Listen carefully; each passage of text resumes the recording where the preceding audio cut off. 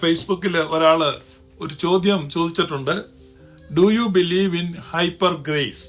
That is a question. അതിനെ മറുപടി കൊടുത്തു. God's grace is not lukewarm. നീ ഉഷ്ണവാനായിരിക്കുക, അല്ലെങ്കിൽ ശീതവാനായിരിക്കുക, ശീതോഷ്ണവാനായിരിക്കരുത്. അപ്പൊ മാനുഷികമായിരിക്കുന്ന സങ്കല്പത്തിൽ ദൈവത്തിന്റെ ഗ്രേസ്, ദൈവത്തിന്റെ കൃപ, ആ കൃപയെ മനസ്സിലാക്കുന്നത് ഒരു പരിധി വരെ മാത്രം മനുഷ്യനെ സഹായിക്കുന്ന, മനുഷ്യന്റെ രക്ഷ, ഞങ്ങൾ തന്നെ രക്ഷ സമ്പാദിച്ചു കൊള്ളാം, എന്നാൽ ഒരല്പം സഹായം മാത്രം ദൈവത്തിന്റെ മതി എന്നുള്ള മനുഷ്യന്റെ ധാർഷ്ട്യം, ആ ധാർഷ്ട്യത്തിൽ നിന്നാണ് ദൈവത്തിന്റെ കൃപയെ വില കുറച്ച് കാണുന്നത്. സോ ദൈവത്തിന്റെ കൃപ അത് എക്സ്ട്രാവാഗൻസ് ഓഫ് ഗോഡ്, ദൈവത്തിന്റെ ധൂർത്താണ് കാണുന്നത്. കാരണം ധൂർത്തനായ പുത്രന്റെ കഥ, അല്ലെങ്കിൽ മുടിയനായ പുത്രന്റെ കഥ എന്നൊക്കെയാണ് നമ്മൾ കേൾക്കുന്നതെങ്കിലും യേശു വാസ്തവത്തിൽ പറഞ്ഞത് ഒരു ധൂർത്തനായ പിതാവിന്റെ കഥയാണ്. അപ്പോൾ ധാരാളിത്തമുള്ള, സ്നേഹത്തിൽ ധാരാളിത്തമുള്ള, കൃപയിൽ ധാരാളിത്തമുള്ള, സ്നേഹത്തിന്റെ സ്വഭാവത്തിൽ അങ്ങേയറ്റം ഹൈപ്പർ ആയിരിക്കുന്ന, ഒട്ടും മീഡിയം ലെവലിലല്ല ദൈവത്തിന്റെ സ്നേഹമോ കൃപയോ നിൽക്കുന്നത്. അപ്പൊ ഹൈപ്പർ ഗ്രേസ് എന്ന് പറയുന്നതിലൂടെ ദൈവത്തെ അപമാനിക്കുകയാണ് ചെയ്യുന്നത്. Surely God's grace is hyper. അപ്പം ദൈവത്തിന്റെ കൃപ ഹൈപ്പർ അല്ലെന്ന് പറയുന്നതിലൂടെ ദൈവ സ്വഭാവത്തെ പ്രവാചകന്മാരും ക്രിസ്തുവും നമുക്ക് വരച്ച് കാണിച്ച ദൈവ സ്വഭാവത്തെ അധിക്ഷേപിക്കുകയാണ്. അതുകൊണ്ട് ദൈവത്തിന്റെ grace it is hyper, it is very much hyper. അപ്പൊ അപ്പോസ്തലനായ പൗലോസ് ശ്ലീഹ 2 കൊരിന്ത്യർ 6-ാം അധ്യായം, കൊരിന്ത്യർക്ക് എഴുതിയ 2-ാം ലേഖനം 6-ാം അധ്യായം 1-ാമത്തെ വാക്യം. അപ്പൊ വിശുദ്ധ പൗലോസ് ശ്ലീഹ കൊരിന്ത്യർക്ക് എഴുതിയ 2-ാമത്തെ ലേഖനം 6-ാം അധ്യായം 1-ാം വാക്യം. നിങ്ങൾക്ക് ദൈവത്തിന്റെ കൃപ ലഭിച്ചത് വ്യർത്ഥമായി തീരരുത് എന്ന് ഞങ്ങൾ സഹപ്രവർത്തിക്കാരായി നിങ്ങളെ പ്രബോധിപ്പിക്കുന്നു. നിങ്ങൾക്ക് ദൈവത്തിന്റെ കൃപ ലഭിച്ചത് വ്യർത്ഥമായി തീരരുത് എന്ന് ഞങ്ങൾ സഹപ്രവർത്തിക്കാരായി നിങ്ങളെ പ്രബോധിപ്പിക്കുന്നു. What a waste it is to see less in grace than what God has done.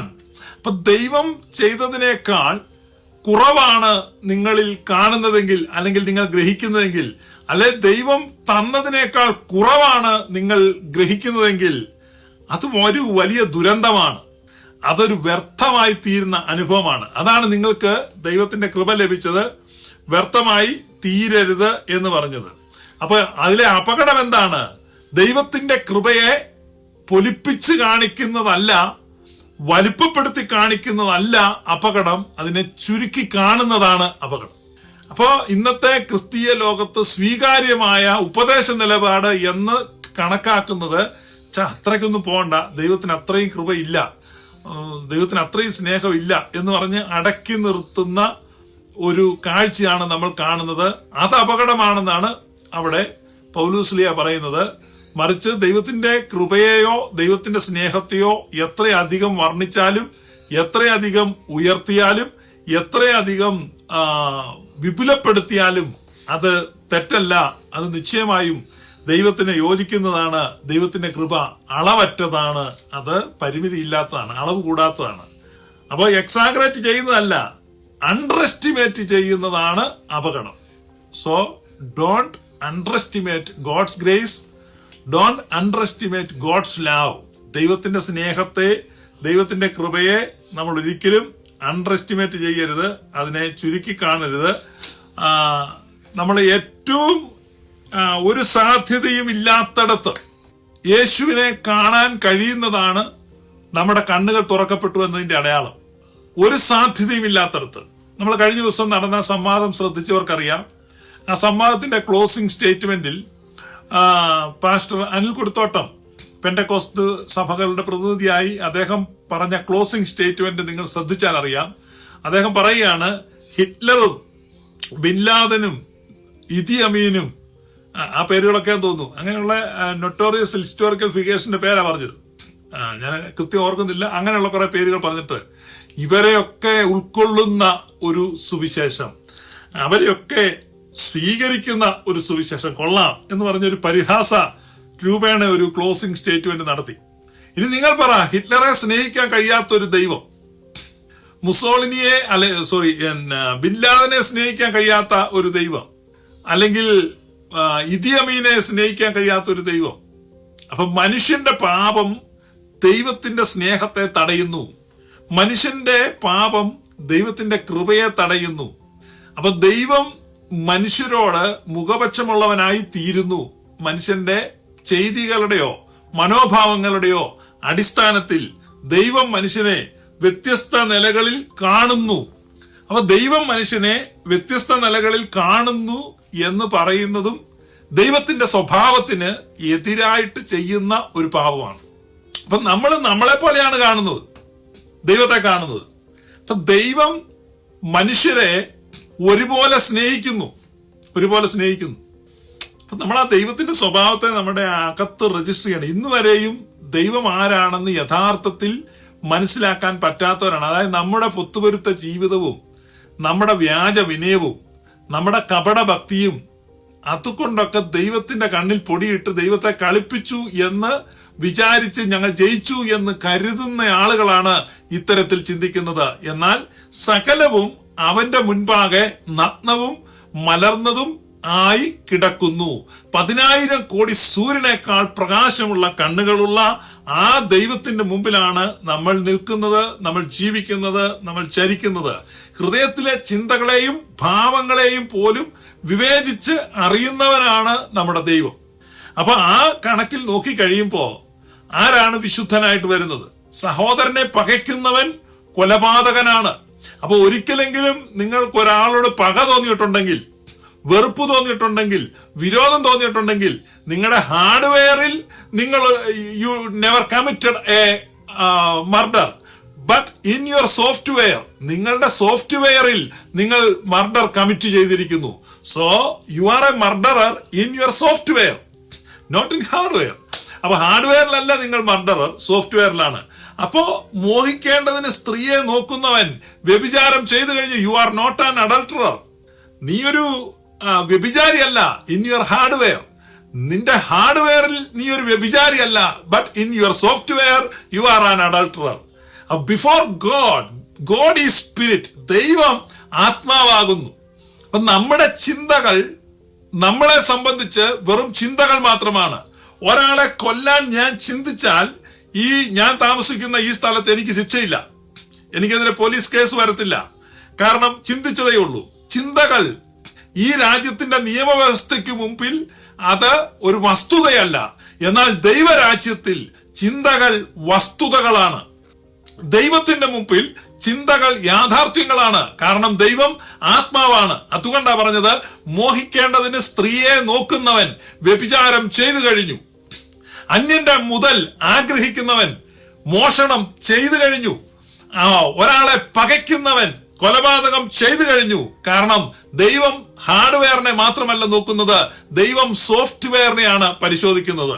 അവന്റെ മുഖമോ പൊക്കമോ നോക്കരുത് എന്ന് പറഞ്ഞാൽ അവന്റെ ഹാർഡ്വെയറിനെ നീ നോക്കരുത്. നീ എന്ത് ചെയ്യണം? യഹോവയായ ദൈവം ഹൃദയങ്ങളെ പരിശോധിക്കുന്നു. അപ്പം ദൈവം നോക്കുന്നത് ഹാർഡ്വെയർ എങ്ങനെയുണ്ടെന്നല്ല, അതിന്റെ സോഫ്റ്റ്വെയർ എങ്ങനെ ഇരിക്കുന്നു. അപ്പൊ ഇന്ന് നിന്റെ സോഫ്റ്റ്വെയറിനെയാണ് നീ നോക്കുന്നത്, അവരെ ഹാർഡ്വെയറിനെയാണ് പരിശോധിക്കുന്നത്. അപ്പൊ ഹാർഡ്വെയറിൽ നീ പാപിയല്ല, ഏറെക്കുറെ പൊത്തുപൊരുത്തം. അപ്പൊ ഏറെക്കുറെ നീ ഒരു വിശുദ്ധനാണ് ഹാർഡ്വെയറിൽ. But what about in software? അപ്പൊ സോഫ്റ്റ്വെയറിൽ നോക്കുമ്പോ അപ്പോസ്തലനായ പൗലൂസ് സോഫ്റ്റ്വെയറില് റൺ ചെയ്തിട്ട് പൗലൂസ് റോമാലേഖനം എഴുതുമ്പോ തൂലി എടുത്തിട്ട് എഴുതി, no difference, all have sinned and come short of glory. എന്ന് പറഞ്ഞാൽ ഈ ലോകത്തുള്ള എല്ലാ മനുഷ്യരുടെയും സോഫ്റ്റ്വെയർ റൺ ചെയ്തപ്പോൾ എല്ലാവരും ആ ഇരുട്ടിലാണ്. All have sinned and come short of glory, no difference, ഒരു വ്യത്യാസവുമില്ല. അപ്പൊ ഒരു വ്യത്യാസവും ഇല്ലാതെ എല്ലാവരും പാപം ചെയ്തിരിക്കെ ഹിറ്റ്ലറുടെ പാപവും ബിൻ ലാദന്റെ പാപവും എന്തോ ദൈവത്തിന് റീച്ച് ചെയ്യാനോ ദൈവത്തിന് ഹീൽ ചെയ്യാനോ ദൈവത്തിന് ഫോർഗീവ് ചെയ്യാനോ കഴിയാത്ത വിധത്തിലുള്ള പാപമാണെന്നും എന്റെ പാപം ക്ഷമിക്കാൻ കഴിയുന്ന പാപമാണെന്നും I am okay but you are not okay എന്ന ഒരു നിലപാടിൽ അത് കൃത്യമായും പെന്തക്കോസ്തൽ മനോഭാവത്തിന്റെ ക്ലിയർ ക്രോസ് സെക്ഷനാണ് ആ ക്ലോസിംഗ് സ്റ്റേറ്റ്മെന്റിൽ അദ്ദേഹം പറഞ്ഞത്. ഞാനും അങ്ങനെ ചിന്തിച്ചിരുന്ന വ്യക്തിയാണ്. അതുകൊണ്ട് ഞാൻ അതിനെ എതിര് പറയുന്നില്ല. ആ ചിന്ത ശൈലിയിൽ നിന്ന് പുറത്തു വരുവാൻ ഞാൻ നിങ്ങളോട് ആവശ്യപ്പെടുന്നതാണ്. അതിന് നിങ്ങൾ ട്രൈ ചെയ്യാൻ തുടങ്ങുക. നിശ്ചയമായും പരിശുദ്ധാത്മാവിന്റെ സഹായമില്ലാതെ ഒരിക്കലും ആ മൈൻഡ് സെറ്റിൽ നിന്ന് പുറത്തു വരാൻ കഴിയത്തില്ല. ആ മൈൻഡ് സെറ്റിൽ നിന്ന് പുറത്തു വരുന്നതാണ് സാൽവേഷന്റെ ബിഗിനിങ്. അതാണ് രക്ഷയുടെ ആരംഭം. രക്ഷയുടെ ആരംഭം എന്ന് പറഞ്ഞാൽ സ്വയനീതീകരണമാണ്. സ്വയനീതീകരണം. അപ്പോൾ നമ്മൾ ഏറ്റവും മോസ്റ്റ് അൺലൈക്ലി പേഴ്സണിൽ ക്രൈസ്റ്റിനെ കാണുക. മോസ്റ്റ് അൺലൈക്ലി പേഴ്സണിൽ ക്രൈസ്റ്റിനെ കാണുക. ഞാൻ പറഞ്ഞല്ലോ, നമുക്കിപ്പോ ക്രിസ്തു, നമ്മളൊരു ബിഷപ്പിനെ കാണുകയാണ്. ആ ബിഷപ്പ് ആ വെസ്റ്റ്മെന്റ്സ് ഒക്കെ ധരിച്ച് ധൂപക്കുറ്റിയുടെ പരിമള ധൂപത്തിന്റെ ഒക്കെ അകമ്പടിയിൽ നല്ല സംഗീതത്തിൽ നല്ല നിറമുള്ള ഒരു മദ്ബഹായിൽ ഒക്കെ ഇങ്ങനെ നിൽക്കുന്ന സമയത്ത് നമ്മൾ ആ ബിഷപ്പിനെ നോക്കും. നമുക്ക് ആ ബിഷപ്പിൽ ക്രൈസ്റ്റിനെ കാണാൻ പറ്റും. ആ തിരുമേനി വരുന്ന എത്രയോ ശോഭയാണ്. അപ്പൊ നമ്മൾ ആ തിരുമേനിയിലെ ക്രിസ്തുവിനെയാണ് കാണുന്നത്. പക്ഷെ നമ്മളൊരു ക്രൂരമായ മുഖഭാവത്തോടുകൂടെ വസൂരിക്കലകളുള്ള ഒരു മനുഷ്യൻ, മദ്യപാനിയായ ഒരു മനുഷ്യൻ കയ്യിൽ ഒരു കടാരയും പിടിച്ച് വഴിയിൽ നിൽക്കുന്നു. നമുക്ക് അയാളിൽ ഒരിക്കലും ക്രൈസ്റ്റിനെ കാണാൻ കഴിയത്തില്ല. കാരണം നമ്മൾ ഒരിക്കലും അയാൾ ക്രൈസ്റ്റിനെ കാണാൻ ആഗ്രഹിക്കുന്നില്ല. നമ്മൾ ഒരിക്കലും അയാളിൽ ക്രൈസ്റ്റിനെ കാണാൻ പരിശ്രമിക്കുന്നില്ല. നമ്മൾ ഒരിക്കലും അയാളിൽ ക്രൈസ്റ്റ് ഉണ്ടാകുമെന്ന് ചിന്തിക്കുന്നുമില്ല. It is a most unlikely person. If when you can see Christ in that unlikely person, he may be a criminal. പള്ളിയിലോട്ട് പോകുമ്പോ തിരിച്ചു വരുമ്പോൾ അവൻ അറസ്റ്റ് ചെയ്യപ്പെട്ടു. നമ്മൾ നോക്കും, ജീപ്പിന്റെ പുറകിലിരുന്ന് ഇങ്ങനെ പോവാണ്. ഇപ്പൊ കേൾക്കുന്ന അയാൾ ജയിലിലാണ്. Can you see Christ in him?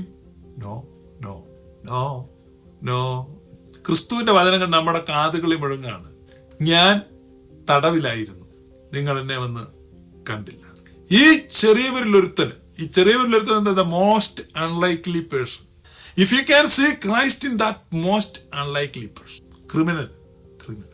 തണുത്ത് വിശന്ന് തളർന്ന് തണുത്ത രാത്രിയിൽ തളർന്നു വന്ന ഒരു മുൻ കുറ്റവാളിക്ക് അഭയം കൊടുത്താണ് ബിഷപ്പ്. ചൂട് സൂപ്പും ബ്രെഡും കൊടുത്ത് അത് കഴിച്ച് അവിടെ പായയിൽ കിടന്ന നേരം വെളുക്കുമ്പോ അവിടെയുള്ള വളരെ വില കൂടിയ വെള്ളി കൊണ്ട് തീർത്ത മെഴുകുതിരിക്കാലുകൾ മോഷ്ടിച്ചവൻ കടന്നു കളഞ്ഞു. അധിക ദൂരം പോകാൻ പറ്റിയില്ല. പോലീസുകാരുടെ പിടിയിലായി. പോലീസുകാർ കയ്യോടെ പിടിച്ചു. ഈ മെഴുകുതിരിക്കാലുകളുമായി അറസ്റ്റ് ചെയ്യപ്പെട്ട പ്രതിയുമായി ബിഷപ്പ് ഹൗസിന്റെ മുമ്പിൽ പോലീസുകാർ വന്നു. ഇതിവിടെ നിന്ന് മോഷ്ടിച്ചാണെന്ന് ഇവൻ പറയുന്നു. ബിഷപ്പ് പറഞ്ഞു, അല്ല, ഞാനത് അവന് കൊടുത്തതാണ്. എന്ത് ഇത്രയധികം വിലയുള്ള വെള്ളി കൊണ്ടുള്ള മെഴുകുതിരിക്കാൽ അങ്ങ് ഇയാൾ കൊടുക്കാൻ ഇയാൾ അങ്ങയുടെ ആരാണ്? അവൻ എന്റെ സഹോദരൻ. വിക്ടർ ഹ്യൂഗോയുടെ പാവങ്ങൾ ലാം റാബ്ലയ്ക്കകത്ത് എഴുതിയിരിക്കുകയാണ്. ഫ്രഞ്ച് പേരാണ്. ഇംഗ്ലീഷ് വന്നപ്പോൾ ജീൻ വാൽജിൻ ആണ് നമുക്ക് പരിചയമുള്ള പേര്, ജീൻ വാൽജിൻ. അപ്പൊ ജീൻ വാൽജിനെ സ്വന്തം സഹോദരനായിട്ട് ആ ജീൻ വാൽജിനിൽ ക്രിസ്തുവിനെ കാണുവാൻ ആ ബിഷപ്പിന്റെ കണ്ണ് തുറക്കപ്പെട്ടു. അവിടെയാണ് പെന്റക്കോസ്തൽ ലോകം വഴിമുട്ടി നിൽക്കുന്നത്. Unbelievably a good news. It is unbelievably a good news. അതാണ് നമ്മുടെ സംവാദകൻ അനിൽ കൊടുത്തോട്ടെ ചോദിച്ചത്. നിങ്ങളുടെ gospel, yes, it is not my gospel, it is the gospel of Jesus Christ, the glorious gospel of Jesus Christ. Once you believe in that gospel, you will start to see Christ in everyone. എല്ലാവരിലും ക്രിസ്തുവിനെ കാണുവാൻ നിങ്ങൾക്ക് കഴിയും, എല്ലാവരിലും. അപ്പൊ ആ 2 കൊരിന്ത്യർ 6-ാം അധ്യായം, പ്രസാദകാലത്ത് ഞാൻ നിനക്ക് ഉത്തരമരളി, രക്ഷാദിവസത്തിൽ ഞാൻ നിന്നെ സഹായിച്ചു എന്ന് അവൻ അരുളി ചെയ്യുന്നുവല്ലോ. 5-ാം അധ്യായത്തിൽ തൊട്ടു പുറകിലത്തെ 3-4 വാചകങ്ങൾക്ക് മുമ്പ് പൗലോസ് എഴുതിയിരിക്കുന്നത് എന്താണെന്നറിയാമോ? ഒരുത്തൻ ക്രിസ്തുവിലായാൽ അവൻ പുതിയ സൃഷ്ടിയാകുന്നു, പഴയത് കഴിഞ്ഞു പോയി, ഇതാ അത് പുതിയതായി തീർന്നിരിക്കുന്നു. അതിനൊക്കെയും ദൈവം തന്നെ കാരണഭൂതൻ.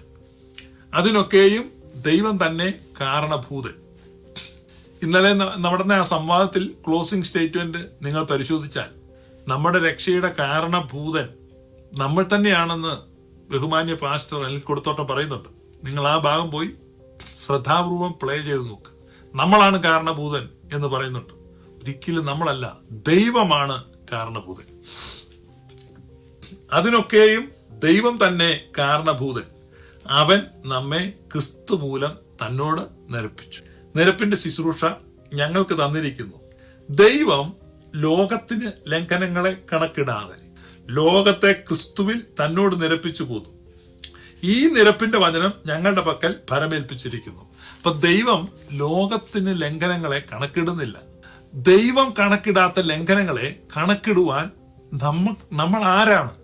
ദൈവം ലോകത്തിന്റെ ഒരു പാപത്തെയും കണക്കിടുന്നില്ല. അതിന്റെ കാരണം, behold the lamb of God who takes away the sins of this world. ഈ ലോകത്തിന്റെ മുഴുവൻ പാപത്തെ ചുമന്നൊഴിക്കുന്ന ദൈവത്തിന്റെ കുഞ്ഞാട്. ആ കുഞ്ഞാടുള്ളത് കൊണ്ട് ദൈവം ലോകത്തിന്റെ പാപത്തെ കണക്കിടുന്നില്ല. അപ്പൊ ദൈവം കണക്കിടാത്ത പാപങ്ങളെ നമ്മൾ എന്തിനാണ് കണക്കിടുന്നത്? ഒരുത്തന്റെയും പാപത്തെ ദൈവം കണക്കിടുന്നില്ല. നമുക്ക് ഒരുപാട് തെറ്റിദ്ധാരണകള് ഉണ്ടാകുകയാണ്. അപ്പൊ ഇൻ ക്രൈസ്റ്റ്, ആ ക്രിസ്തുവിൽ അത് നിറവേറുകയാണ്. ഇപ്പോഴാകുന്നു സുപ്രസാദ ദിവസം. ആ ഡേ എന്ന് പറഞ്ഞാൽ ക്രൈസ്റ്റ് ആണ്. ആ ക്രിസ്തുവിലാണ് അത് സംഭവിച്ചത്. പ്രസാദകാലത്ത് അവൻ നമുക്ക് ഉത്തരമരളി. ആ ഉത്തരമരളി ഏതാ? ആ മനുഷ്യ രാശിയുടെ നിലവിളി ക്രിസ്തുവിൽ പ്രതിധ്വനിക്കുമ്പോൾ ആ ക്രിസ്തുവിലൂടെ മനുഷ്യവർഗത്തിന് മുഴുവനുള്ള ഉത്തരമായി ദൈവം മറുപടിയായി നൽകിയെന്നാണ് അവിടെ പറയുന്നത്. എന്റെ ദൈവമേ, എന്റെ ദൈവമേ, നീ എന്നെ കൈവിട്ടതെന്ത്? എന്റെ ദൈവമേ, എന്റെ ദൈവമേ, നീ എന്നെ കൈവിട്ടതെന്ത്? അവിടെ ഒരിക്കലും കൈവിടുന്നില്ല. മനുഷ്യരാശിയുടെ സഹായത്തിനായി ദൈവം എത്തുന്നു. മനുഷ്യരാശി സഹായം സ്വീകരിക്കുന്നു. ഇതാണ് നമുക്കുണ്ടാകുന്ന സംശയം ദൈവത്തിന്റെ. അപ്പൊ അങ്ങനെയുള്ള ആ മനസ്ഥിതിയോടുകൂടെയാണ് ഈ ചോദ്യങ്ങൾ വരുന്നത്. ദൈവത്തിന്റെ ഗ്രേസ് ഹൈപ്പർ ആണോ എന്ന് ചോദിക്കുന്നത്. ദൈവത്തിന്റെ ഗ്രേസ് നിശ്ചയമായും ഹൈപ്പറാണ്, നിശ്ചയമായിട്ടും ഹൈപ്പറാണ്. അവിടെ നമ്മൾ വായിക്കുന്നുണ്ട് യോഹന്നാന്റെ സുവിശേഷം 12-ാം അധ്യായത്തിൽ, ഇപ്പോൾ ഇതാ ഈ ലോകത്തിന്റെ പ്രഭു വരുന്നു. ഞാൻ വായിക്കാം, 12:32. Now is the judgment of this world.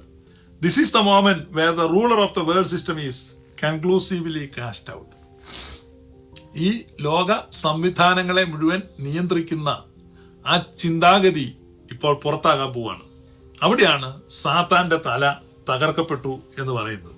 ഉൽപ്പത്തി 3:15 പ്രോട്ടോ ഏവങ്കേലിയോൻ വാഗ്ദാനം, സ്ത്രീയുടെ സന്തതി സർപ്പത്തിന്റെ തലയെ തകർക്കും.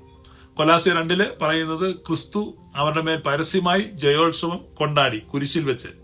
അടുത്ത വാക്യത്തിൽ പറയുന്നത്, when I am lifted up from the earth I will draw all unto me.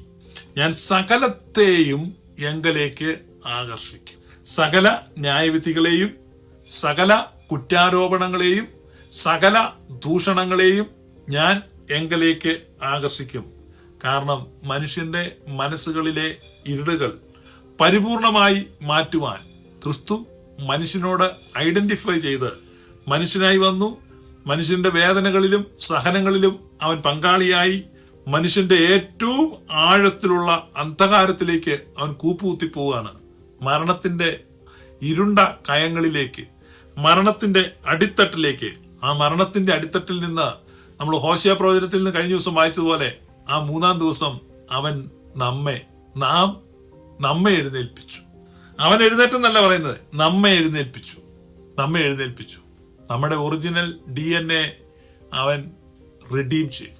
നമ്മുടെ ഇന്നസെൻസിനെ അവൻ റിഡീം ചെയ്തു. നമ്മുടെ നിഷ്കളങ്കതയെ അവൻ വീണ്ടെടുത്തു. നമ്മുടെ യഥാർത്ഥ സ്വരൂപത്തെ അവൻ വീണ്ടെടുത്തു.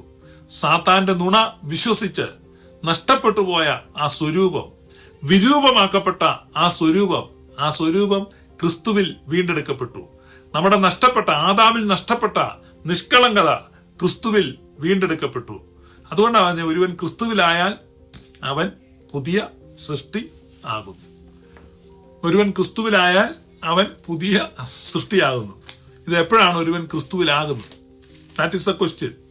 എപ്പോഴാണ് ഒരുവൻ ക്രിസ്തുവിൽ ആകുന്നത്? നമ്മളത് കെയർഫുൾ ആയിട്ട് വായിക്കണം. 2 കൊരിന്ത്യർ 5-ാം അധ്യായം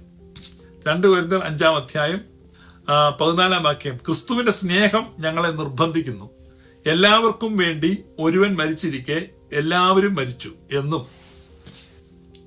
ഇവിടെ നിങ്ങൾ വളരെ ശ്രദ്ധിക്കണം. കാരണം ഈ ഗ്ലോറിയസ് ഗോസ്പൽ നമ്മൾ പറയുമ്പോൾ ഈ ഗ്ലോറിയസ് ഗോസ്പലിനെതിരായിട്ട് പല വാദങ്ങളും ഉന്നയിക്കുന്നുണ്ട്. അപ്പൊ നിങ്ങൾ കെയർഫുൾ ആയിട്ട് നോക്കുക.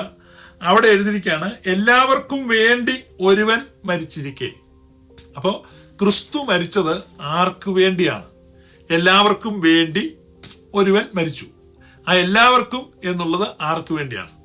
അപ്പൊ നിങ്ങൾ സുവിശേഷം പറയാൻ പോകുമ്പോൾ നിങ്ങൾക്ക് വേണ്ടി ക്രിസ്തു മരിച്ചു എന്നാണ് ഒരു വ്യക്തിയോട് എന്ന് പറയുന്നത്.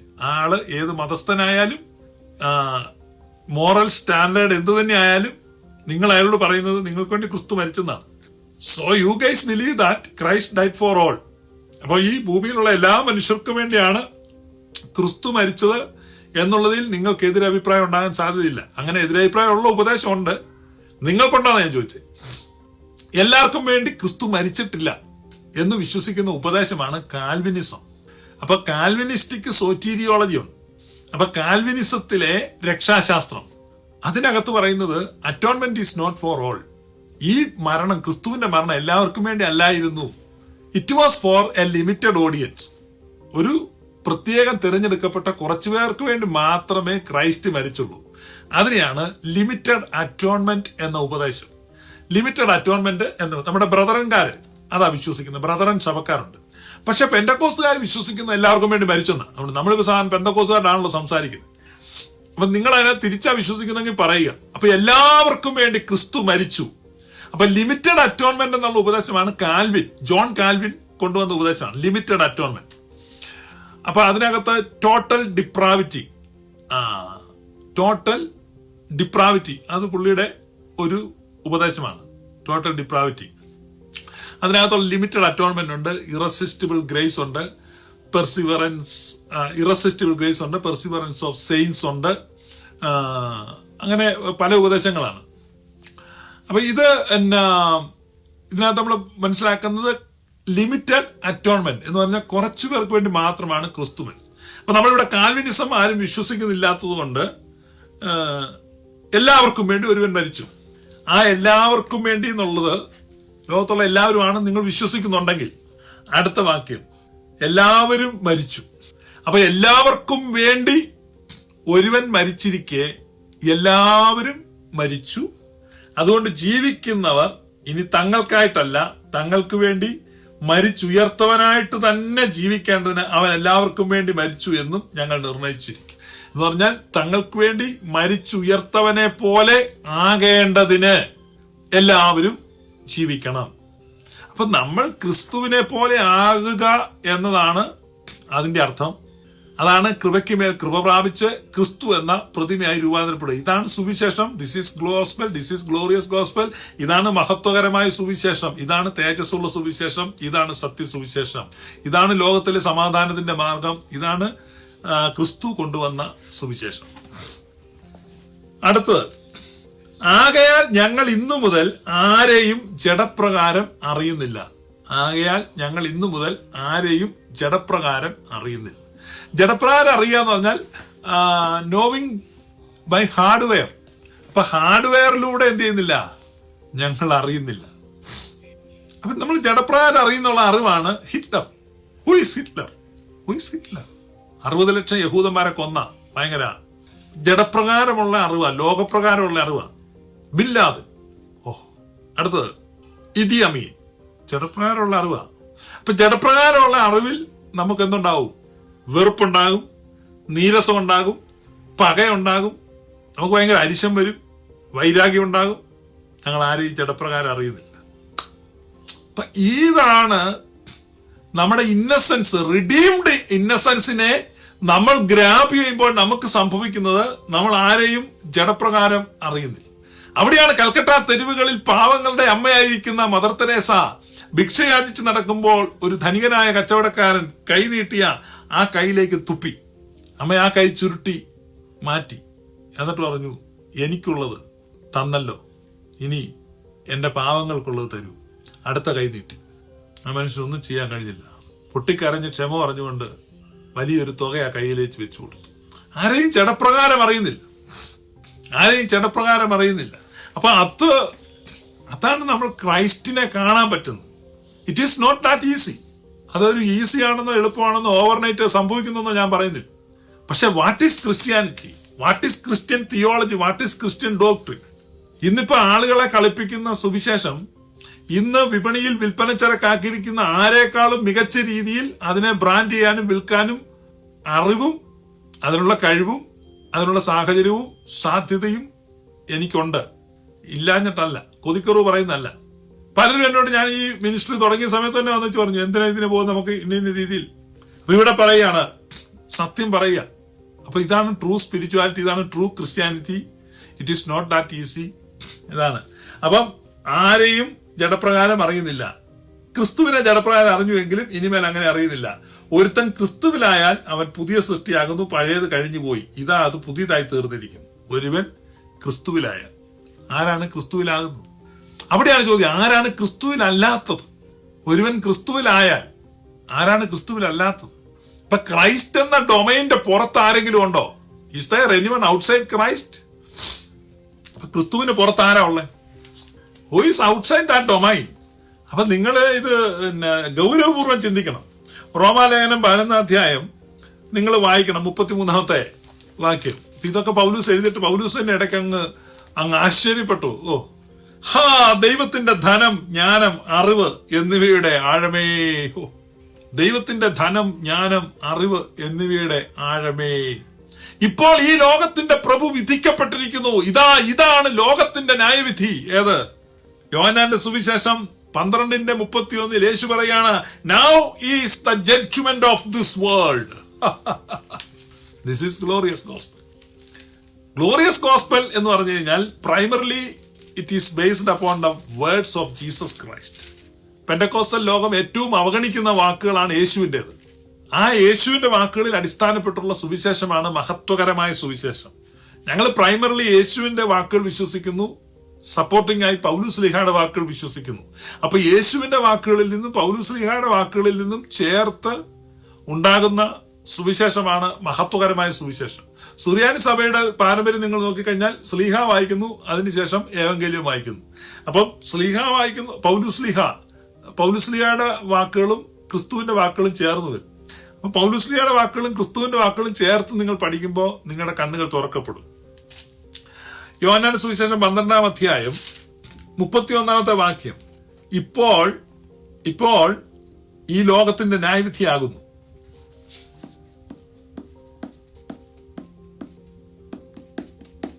എന്താ പറയുന്നു? ഇനി ന്യായവിധി വരുമെന്ന് പറഞ്ഞല്ലേ നിങ്ങൾ ഇരിക്കുന്നത്. അപ്പൊ യേശു പറഞ്ഞ് വിശ്വസിക്കുന്നോ? ഇപ്പോൾ ഈ ലോകത്തിന്റെ ന്യായവിധിയാകുന്നു. ഇപ്പോൾ ഈ ലോകത്തിന്റെ പ്രഭുവിനെ പുറത്തു തള്ളിക്കളയും. ഞാനോ ഉയർത്തപ്പെട്ടാൽ ആ കുരിശിലേക്ക് ഉയർത്തപ്പെടുക, സകലത്തെയും എങ്കലേക്ക് ആകർഷിക്കും. ഇത് താൻ മരിപ്പാനുള്ള മരണവിധം സൂചിപ്പിച്ച് പറഞ്ഞതത്രേ. അപ്പോ ആ ക്രിസ്തു മരിച്ചപ്പോ എല്ലാവരും ക്രിസ്തുവിലേക്ക് ആകർഷിക്കപ്പെട്ടോ? നിങ്ങളത് കെയർഫുൾ ആയിട്ട് വായിക്കുക. എല്ലാവരും ക്രിസ്തുവിലേക്ക് ആകർഷിക്കപ്പെട്ടോ? എല്ലാവരും ഓടിപ്പോവായിരുന്നു, കൂടെ നിന്നവരോട് ഓടിപ്പോവായിരുന്നു.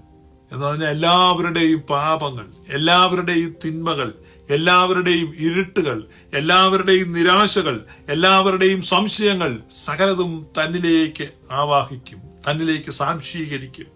ഇതാ ഈ ലോകത്തിന്റെ ന്യായവിധിയാകും. അപ്പൊ ഒരു ഇരുട്ടിൽ സാത്താൻ പറഞ്ഞ ഒരു നുണ വിശ്വസിച്ച് മലിനപ്പെട്ടു പോയ മനുഷ്യന്റെ മനസ്സിനെ, ആ മനസ്സിന്റെ നിഷ്കളങ്കതയെ വീണ്ടെടുക്കുവാൻ, മനുഷ്യന്റെ പാപത്തിന്റെ നിമിത്തം ഉണ്ടായിരിക്കുന്ന എല്ലാ കെടുതികളും സഹിച്ച്, എല്ലാ രോഗങ്ങളും വഹിച്ച്, സാക്ഷാൽ നമ്മുടെ വ്യാധികളെ അവൻ ചുമന്നു, നമ്മുടെ വേദനകളെ അവൻ വഹിച്ചു, മരണപാതാളത്തിന്റെ അടിത്തട്ടിലേക്ക് അവൻ ഊളിയിട്ട് ചെന്നു. അവിടെ നിന്ന് അവൻ ഉയർത്തെഴുന്നേറ്റു, നമ്മെയും ഉയർപ്പിച്ചു. He redeemed our innocence. അതാണ് ഈ കൊരിന്ത്യലേഖനത്തിൽ പറയുന്നത്, ഒരുവൻ ക്രിസ്തുവിലായാൽ അവൻ പുതിയ സൃഷ്ടിയാകുന്നു. ആരാണ് ക്രിസ്തുവിൽ അല്ലാത്തത്? അപ്പൊ ഇത് ചിന്തിച്ചിട്ടാണ് പൗലോസ് അപ്പോസ്തലൻ അവിടെ പറയുന്നത്, ദൈവത്തിന്റെ ധനം, ജ്ഞാനം എന്നിവയുടെ ആഴമേ. ദൈവത്തിന്റെ ധനം, ജ്ഞാനം എന്നിവയുടെ ആഴമേ. അവന്റെ ന്യായവിധികൾ എത്ര അപ്രമേയവും അവന്റെ വഴികൾ എത്ര അഗോചരവും ആകും. കർത്താവിന്റെ മനസ്സ് അറിഞ്ഞവനാ, അവന് മന്ത്രിയായിരുന്നവനാ, അവന് വല്ലത് മുമ്പേ കൊടുത്തിട്ട് പ്രതിഫലം വാങ്ങുന്നവൻ ആണ്. സകലവും അവനിൽ നിന്നും അവനാലും അവങ്കലേക്കും, സകലവും all things are from him, through him and towards him. സകലവും അവനിൽ നിന്നും അവനാലും അവങ്കലേക്കും ആകുന്നു. അവന് എന്നേക്കും മഹത്വം. ആമേൻ. ഓൾ തിങ്സ്, സകലതും ക്രിസ്തുവിലാണ്. ഒരുവൻ ക്രിസ്തുവിലായാൽ അവൻ പുതിയ സൃഷ്ടിയാണ്. ആരാണ് ക്രിസ്തുവിൽ? എല്ലാവരും ക്രിസ്തുവിലാണ്. എല്ലാവരും ക്രിസ്തുവിലാണ്. ഇപ്പൊ സംശയം തോന്നും അല്ലേ പല കാര്യങ്ങളിലും. അങ്ങനെയാണ് പിന്നെ സഭ എന്തിനാണ്? നമ്മൾ സ്നാനപ്പെടുന്നത് എന്തിനാണ്? നമ്മൾ സുവിശേഷം അറിയിക്കുന്നത് എന്തിനാണ്? സംശയങ്ങൾ നല്ലതാണ്. ആ സംശയങ്ങൾ നിങ്ങളുടെ കൂടെ വെക്കുക, ചിന്തിക്കുക. അടുത്ത ദിവസങ്ങളിൽ നമ്മൾ ആ സംശയങ്ങളുടെ ഉത്തരങ്ങൾ ഡിസ്കസ് ചെയ്യുന്നതായിരിക്കും.